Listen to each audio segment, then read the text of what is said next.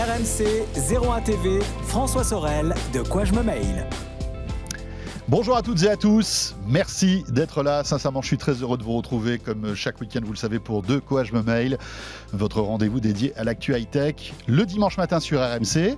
Et puis, bien sûr, en vidéo, vous le savez, si vous nous regardez actuellement, à la fois sur les box, mais aussi sur 01nettv.com et sur la chaîne YouTube. Au menu de ce De quoi je me mail, tout à l'heure, on va s'intéresser à l'une des pépites du son française. Il s'agit de Focal, des enceintes qui, pour certaines, peuvent coûter jusqu'à plusieurs centaines de milliers d'euros. Qui achète ce type de produit ? C'est quoi l'excellence du son à la française ? J'en parlerai avec Christophe Sicot, le PDG de Focal, qui sera mon invité. Et puis je vous rappelle que vous pouvez à tout moment réagir au contenu de ce De quoi je me mail, le hashtag DQJMM qui vous attend sur Twitter, la page Facebook de quoi je me mail, bien sûr. Merci d'être là et bienvenue.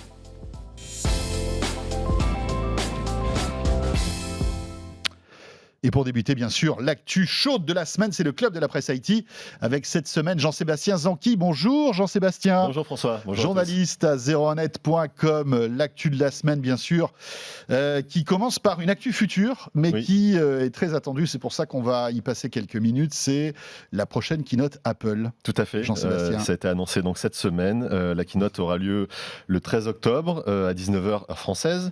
Et effectivement, évidemment, même j'ai envie de dire, ça sera la keynote de l'iPhone 12, celle qu'on attendait, qui n'a pas eu lieu en septembre cette année, cause Covid.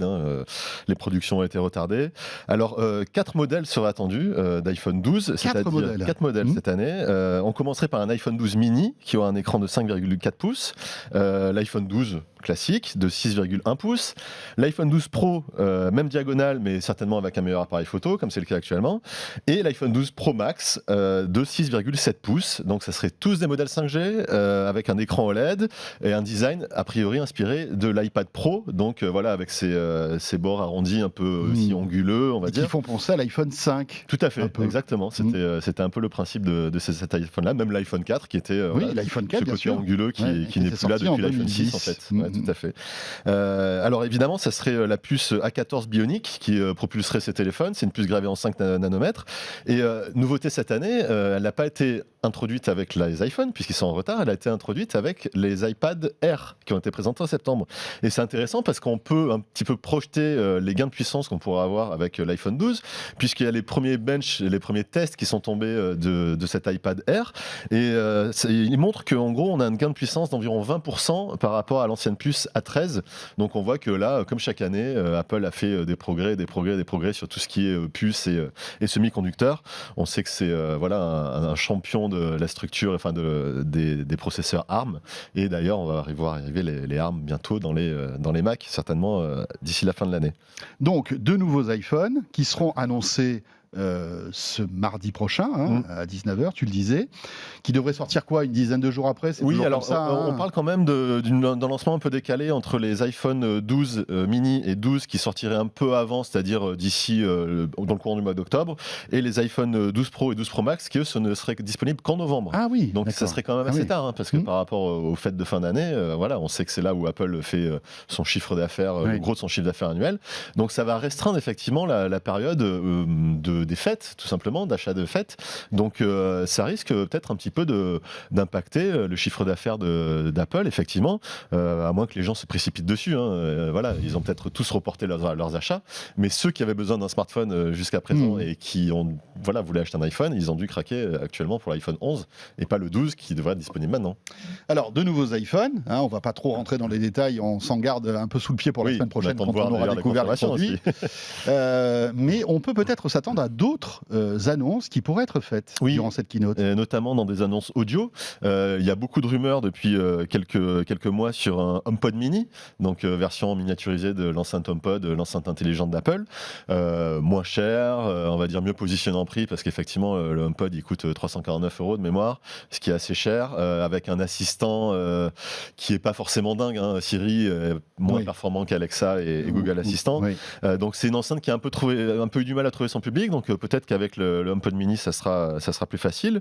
Et aussi, surtout, un premier même casque d'Apple, un casque audio, qui est dans les tuyaux depuis 2018 a priori, qui serait un casque assez intéressant parce que un peu comme l'Apple Watch, on pourrait l'accessoiriser, c'est-à-dire que on pourrait changer les habillages, avoir un casque par exemple le configurer pour faire du sport avec des tissus et des textiles un peu plus respirants, ou tout simplement l'habiller de cuir, customisable quoi, en fonction de l'usage qu'on peut en avoir. Est-ce qu'on veut être quelque chose de plus élégant, de plus sportif? Donc ça va être intéressant, et puis on attend de voir un peu quelles sont justement les fonctions que va mettre Apple dans ce casque. Et puis la qualité du son aussi accessoirement. Est-ce que quelle est la cible en fait d'Apple? Exactement, ça va un petit peu confirmer les progrès qu'a fait Apple dans le domaine. Depuis le rachat de Beats, on voit que les produits audio de chez Apple, on voit par exemple les AirPods Pro qui sont vraiment excellents, la réduction de bruit est excellente, Apple a vraiment surpris tout le monde avec ça, et on se dit que ça serait un casque a priori de bonne qualité, on attend de voir, mais ça sera une grosse concurrence pour tous les modèles haut de gamme de Sony et de Bose par exemple, qui sont excellents là-dedans, donc on va voir ce que ça va donner.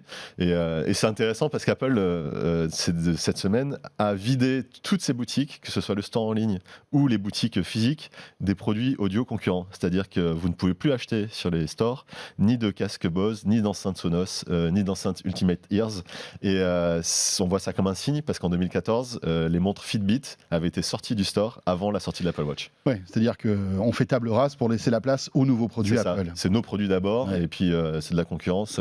Ça doit grincer les dents chez Bose, chez Sonos, etc. Sonos à la suite de ça a perdu je crois 7% en bourse, parce qu'effectivement c'est un distributeur hyper important. Il y a une force de frappe des magasins, des centaines de magasins d'Apple dans le monde, c'est assez impressionnant. C'est assez violent.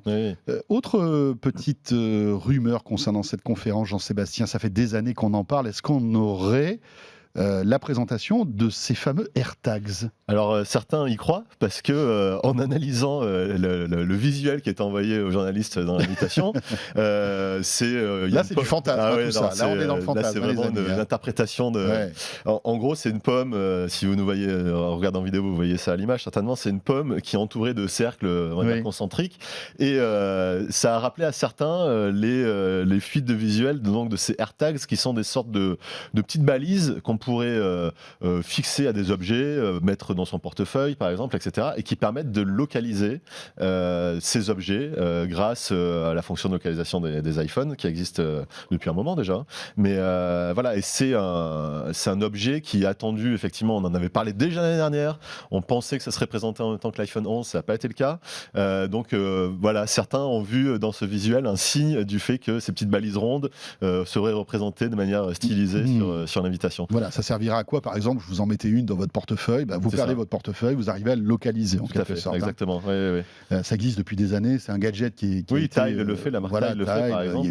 Mais là c'est vrai qu'il y aurait des nuances parce qu'avec la puce U1, si je ne m'abuse, qui sert à la localisation dans les iPhones, ça permettrait justement d'avoir plus de précision dans d'utiliser aussi les iPhones alentour des autres personnes pour localiser ce genre d'objet.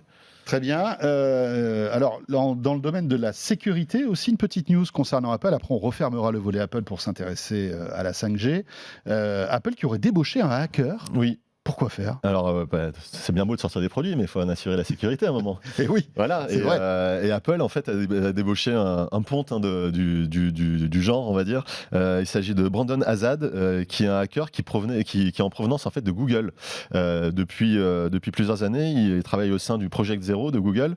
Je ne sais pas si vous connaissez, mais c'est une unité qui travaille sur les recherches de failles logicielles, ce qu'on appelle les recherches, les failles 0D, donc celles qui ne sont absolument pas connues jusqu'à présent.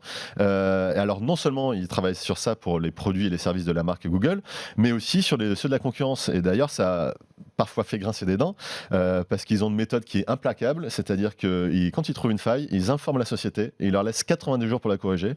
Et au bout de 90 jours, que la société l'ait corrigée ou pas, ils la communiquent au grand public.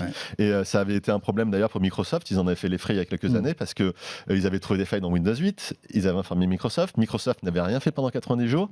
Et au bout de 90 jours, ils avaient dit alors voilà, la faille dans Windows 8, c'est celle-ci. Donc Microsoft avait dû réagir en urgence en créant un patch et en image de marque, c'est vraiment pas terrible, surtout quand ça vient d'un concurrent d'en face directement. Ouais. Donc en tout cas, ce Brandon Hazard est un ponte de ça.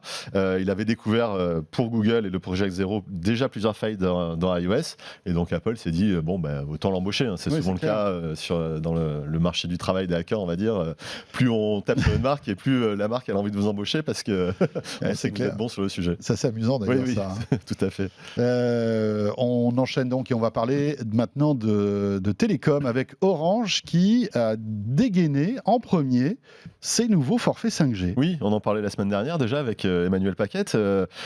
Ces forfaits, ça y est, ils sont officiels chez Orange. On pourra d'ailleurs les utiliser avec les iPhones. Je pense qu'Orange va profiter de la sortie des smartphones d'Apple pour le faire.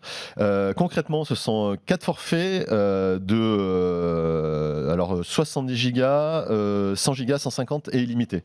En gros, les prix vont de 40, 50, 65 et 95 euros, avec un prix réduit de 15 euros par mois pendant les 12 premiers mois. Évidemment, tout ça est très compliqué, mais vous le savez, les opérateurs font toujours exprès. C'est mieux de les avoir sous les yeux pour comprendre. Vous prenez un Doliprane, vous lisez la petite plaquette et tout va bien. Alors effectivement, ça peut paraître un peu cher, 40 euros par mois pour un forfait de 70 Go aujourd'hui, mais forcément, les opérateurs vont essayer de tirer un petit peu les prix par le haut. On sait que les prix ont beaucoup baissé dernièrement. Et puis, ils espèrent que cette 5G sera un premium qu'ils pourront en fait valoriser sur le prix de l'abonnement. Tout à fait. Et après, quand on regarde aussi les prix sur les autres marchés 5G qui sont déjà ouverts, par exemple aux États-Unis, on se rend compte qu'on est quand même bien en dessous parce que aux États-Unis, un forfait 5G, c'est vite autour d'une centaine de dollars. Donc voilà, 40 euros, on pourra profiter d'un forfait 5G avec une réduction pendant 12 mois, donc 25 euros pendant 12 mois le premier forfait. Maintenant, on attend aussi de voir quelles sont les villes couvertes, les villes ouvertes, parce que effectivement, c'est bien beau d'avoir de la 5G, mais si ça marche pas dans une rue, ça sera certainement réservé d'abord à ceux qui habitent en ville plutôt que finalement, ailleurs. Ça sert à quoi la 5G si on a une bonne 4G? Oui. Alors, c'est vrai que sur un smartphone, on va demander à voir à quoi ça va servir, effectivement. Mais ce qui est intéressant chez Orange, c'est surtout cette notion d'illimité qui est une première chez Orange. C'est la première fois que Orange propose un abonnement mobile illimité. Exactement. C'est peut-être aussi le sens de l'histoire avec l'arrivée de la 5G. C'est-à-dire que la 5G peut permettre sans doute l'arrivée de l'illimité en data. Et là, ça va tout changer parce qu'on peut imaginer demain des box 5G qui pourraient se substituer à un abonnement ADSL ou fibre en illimité. Ça, c'est plutôt une bonne nouvelle. Ça permet de déployer du très haut débit sans avoir des gros travaux de fibre, par exemple. Alors bon, l'abonnement 5G illimité est à 100 euros chez Orange. 95, tout à fait, c'est ça. Excusez-moi. 5 euros de rab, c'est pour moi, François. Et je crois qu'on peut tomber à 80 si on bénéficie des mois, et puis si on est dans un forfait open déjà. Mais c'est vrai que 80 euros, ça fait un moment qu'on n'avait plus vu ça dans le domaine du forfait smartphone. Et après ce forfait-là, il y a aussi plein de communications en plus vers les États-Unis, etc., de roaming. Il y a plein d'options, je crois. Voilà, tout à fait. Et puis évidemment, Bouygues est en train de préparer. Je crois que Bouygues avait proposé aussi un abonnement compatible 5G qui avait été présenté durant l'été, qui a fait moins de bruit parce que c'était un peu trop tôt peut-être et un peu moins clair. Mais on peut imaginer que SFR et Free vont dégainer leur abonnement 5G. Et est-ce que Free va mettre tout le monde d'accord en proposant, comme il avait fait à l'époque de la 4G, la 5G au même prix que la 4G? C'est aussi une probabilité. C'est possible, ça sera un joli coup à jouer. C'est ce qu'avait fait Xavier Niel à l'époque, on s'en souvient. Une nouvelle marque de smartphone arrive, Jean-Sébastien, et cette marque s'appelle Vivo. C'est ça, Vivo. Comme si on n'en avait pas assez des smartphones. Nouvelle marque chinoise. Ça faisait longtemps qu'on n'avait pas vu un Chinois arriver sur le marché en France. Oui, c'est vrai, il y a 2 semaines. Voilà, à peu près. Donc la marque, effectivement, organise une conférence virtuelle le 20 octobre prochain à 16h. Alors pourquoi on vous parle de cette marque? Tout simplement parce qu'elle fait partie du même groupe chinois, BK Electronics, qui est propriétaire également de OnePlus, d'Oppo et de Realme. Si vous suivez un petit peu le marché des smartphones, c'est des marques que vous connaissez bien. Donc ce sera la 4e marque de cette entreprise à être disponible en France. C'est une marque intéressante quand même parce qu'elle elle fabrique des modèles assez originaux. Notre collègue Nicolas Lelouch en avait testé certains. On pense notamment au Nex, qui était le premier smartphone qui avait une caméra pop-up. Donc pas de caméra intégrée à l'écran, mais un petit module qui sortait de la tranche et qui permettait de prendre des selfies. Je me souviens qu'avec Nico, lorsqu'on était à Barcelone et qu'on se baladait au Mobile World Congress, on allait toujours voir le stand de Vivo parce qu'il y avait toujours des produits rigolos, un peu originaux et insolites. Exactement. Ils ont le Next Dual Display Edition qui lui est original parce qu'il a un écran au dos de l'appareil. Voilà, ce sont des form factors assez étranges. Et puis il y a aussi l'Apex qui est un modèle intéressant parce qu'il a une caméra en façade, mais elle est cachée sous l'écran. Donc il n'y a pas de poinçon, il n'y a pas de il est notch, sous la dalle LCD en fait. Exactement. Donc vous avez vraiment un écran qui fait toute la façade. C'est assez beau à voir. Et voilà, donc c'est une marque dont on espère beaucoup en France. On espère que ce seront ce genre de produits qui seront distribués en France. On ne sait pas encore lesquels ce seront. Et pas un énième smartphone Android qui ressemblera à tous les autres. C'est ça, et qui en plus ferait concurrence aux 3 autres marques du groupe, puisque avec les 3 autres marques, le groupe couvre déjà tout un éventail de besoins. Donc voilà, on espère que ce sera un moyen pour elle de se démarquer, et on va voir ça donc à partir du 20 octobre en France. Alors c'est plutôt du haut de gamme, je crois, en Chine, Vivo. C'est plutôt du haut de gamme, oui. Donc, tout à fait. Voilà, il ne faut pas s'attendre à des téléphones. Exactement. Abordable, on va dire. Voilà, on va voir ce qu'ils vont choisir comme modèle pour venir dans l'Hexagone. Voilà, on imagine qu'ils auront des modèles 5G aussi. Sûrement, Sébastien, sans doute. Oui, là, ça sera l'occasion ou jamais. On parle de jeux vidéo maintenant, vous le savez, on est à quelques semaines maintenant, quelques jours du lancement tant attendu de 2 consoles de nouvelle génération, la Xbox d'un côté, la PlayStation 5 de l'autre. Et Sony a encore communiqué cette semaine sur la PlayStation 5. Sony croit même dur comme fer au succès de la PS5. C'est Jim Ryan qui est le patron de la division PlayStation. Cette semaine, il s'est prêté au petit jeu des prévisions de vente. Donc selon lui, il estime que Sony vendra plus de PS5 entre novembre 2020, date du lancement, donc le 19 novembre, et avril 2021, qu'il avait vendu de PS4 à l'époque, dans les 6 mois suivant sa sortie, c'était en 2013. Pour lui, ça serait donc plus de 7 millions de consoles qui seraient vendues dans cette période de 6 mois, ce qui voudrait dire que c'est bien au-dessus des chiffres de la PS4, des chiffres des analystes qui, eux, misent plutôt sur 4 millions. C'est une console quasiment le double. Voilà, c'est une console qui est assez chère quand même, donc on se dit que ça sera peut-être pas aussi suivi que ça, mais en tout cas, pour lui, ça ne fait aucun doute. Cette console sera un carton. On espère que la production suivra derrière également, parce qu'on sait que Sony, parfois, au lancement des consoles, ils ont toujours un petit peu de mal de retard à l'allumage. Alors c'est intéressant aussi parce qu'il a un petit peu expliqué pourquoi les jeux aussi AAA vont passer de 70 € à 80 €. Voilà, on est très impatient d'écouter cette explication. Alors je cite, je pense que cette valeur est logique. Dans le cas de la PS5, nous allons enthousiasmer les fans du monde entier avec les meilleurs jeux exclusifs du marché et leur offrir une véritable expérience de jeu digne de la nouvelle génération. Bon, ça veut pas dire grand chose. Non. Voilà, en gros les jeux sont très beaux. Donc autant les vendre très cher parce que de toute façon il y aura de la demande. Ça sera à peu près ça. Donc voilà, on a quand même hâte de voir cette console. Et d'ailleurs Sony cette semaine s'est aussi amusé à désosser sa console. Oui, parce que cette console fait quand même un peu rigoler sur les réseaux sociaux parce qu'elle est immense. Elle est immense. C'est un truc, et on s'en rend bien compte sur cette vidéo. On voit la personne qui est à côté, la console lui arrive à l'épaule. Mais bien sûr. C'est vraiment impressionnant. Mais alors c'est intéressant de l'avoir démonté parce que ils ont pris un peu les devants parce qu'on sait que quand un nouveau produit est disponible, en général, il y a plein de youtubeurs se précipitent, démontent le truc, etc. Et eux, ils se sont dit bon, on va vous montrer ce qu'il y a dedans déjà. Et c'est intéressant parce qu'on peut quand même en tirer pas mal de conclusions. Donc la première, c'est que la console est énorme. Je ne sais pas si vous vous rendez compte, mais on dirait un ventilateur. Ah oui, c'est vraiment, elle est immense. C'est vraiment impressionnant. Mais il y a quand même des bonnes nouvelles dans l'histoire. En gros, on se posait la question d'ailleurs récemment dans nos coach mail, est-ce qu'on va pouvoir augmenter le stockage?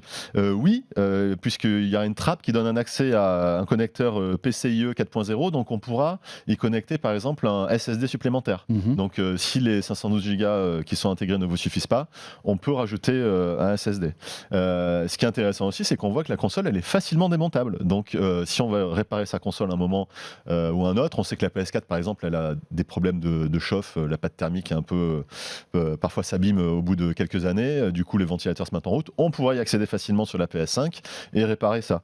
C'est Fixit qui va être content. Ah ben oui, ils vont vendre je pense des accessoires de démontage, c'est clair. Ah oui. Et puis aussi il y a tous les fans de tuning et de personnalisation qui disent ah mais c'est super les panneaux sur les côtés là, ils se démontent hyper facilement. effectivement, on va pouvoir les changer la couleur, les peindre, et puis on imagine surtout que Sony va pas s'en priver non plus, avec des éditions limitées, des accessoires, voilà, des accessoires, etc. Donc c'est assez riche d'enseignements comme vidéo. Je vous invite à la voir pour ceux qui aiment bien ce genre de voir dans les entrailles d'un produit. C'est assez sympa de voir ce qu'a fait Sony là-dessus. Avec en plus un ventilateur, mais qui est, je parlais tout à l'heure de ventilo, mais vraiment, on voit que c'est une console qui effectivement va chauffer, parce qu'il y a des composants ultra puissants. Et ce qui est amusant, c'est qu'il y a un ventilo. On n'a jamais vu un ventilo aussi gros dans une console de jeu. Un système de refroidissement par métal liquide. On sent que c'est une console qui va chauffer. Donc, on sent que ça va chauffer. Ils ont pris les devants. C'est clair. Mais oui, parce que ça a été d'ailleurs le problème des précédentes consoles, souvent, qu'elles chauffaient trop. Parfois certaines même plantées tellement elles chauffaient. Exactement. On peut imaginer que Sony a bien préparé le coup. On va parler maintenant de Google. Tiens, on évoquait la sécurité chez Apple. C'est un sujet aussi important chez Google. Google qui renforce la sécurité et la protection de nos données. Oui, c'est à l'occasion donc du mois européen de la cybersécurité. Google a dévoilé cette semaine plusieurs mesures en fait dans ce domaine-là sur tous ses services, on va dire. Tout d'abord, une nouveauté qui est assez intéressante, c'est qu'en cas de problème de sécurité majeur sur votre compte, une alerte sera affichée directement au sein de n'importe quelle application du groupe. En fait, si vous allez utiliser Gmail ou Google Maps et que Google a détecté sur votre compte, par exemple, un mot de passe corrompu ou quelque chose comme ça, vous aurez une alerte directement. Donc, il n'y a pas besoin d'aller sur son compte. On ne va pas recevoir un mail qui va atterrir dans les spams, etc. On en sera informé directement. Donc, ça, c'est plutôt une bonne nouvelle. Et aussi, au niveau de Google Assistant, la société va déployer un nouveau mode invité qui permettra, par exemple, en l'activant, d'éviter que tout l'historique d'activité soit enregistré sur son compte Google. Donc effectivement, c'est un mode invité, ça peut servir aux invités qui utilisent votre enceinte, mais si on n'a pas envie que Google ait tout l'historique des demandes qu'on a fait à Google Assistant, on peut l'activer et à partir de là, ça sera une sorte de mode de navigation privée comme sur Google Chrome par exemple.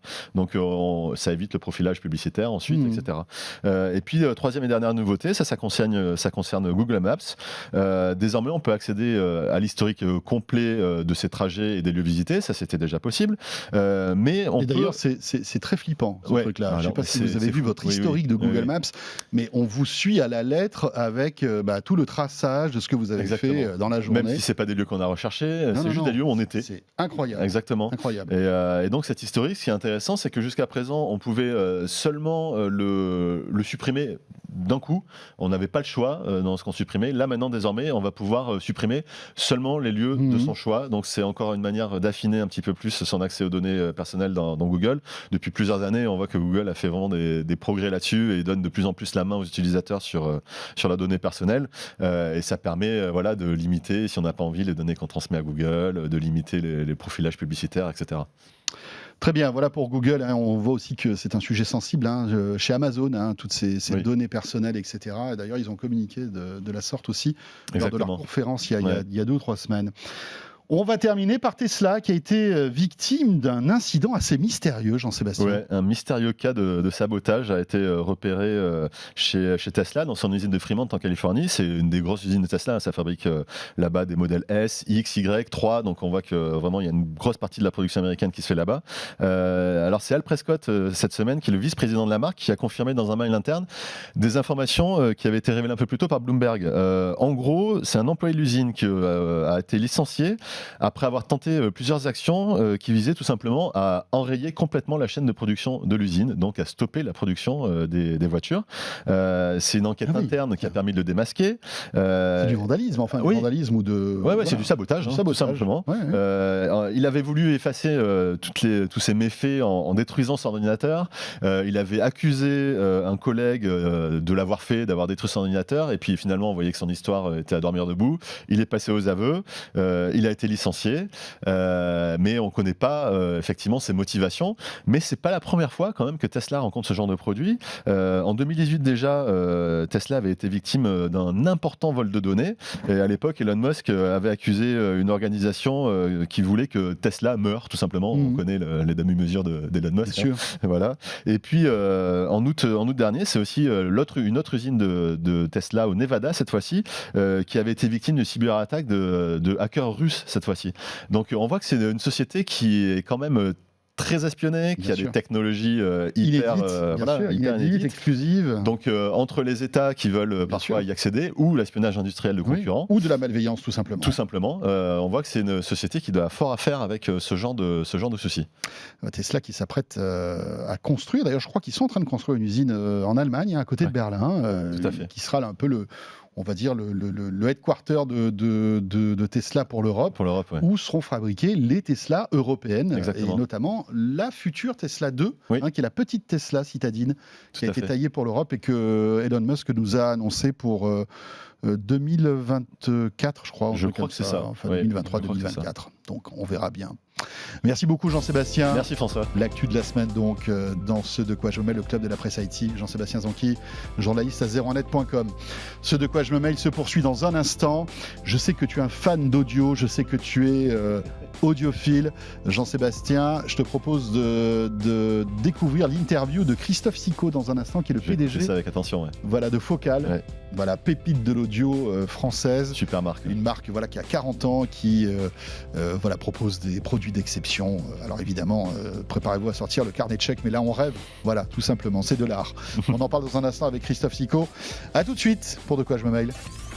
De quoi je me mêle sur RMC et 01 TV.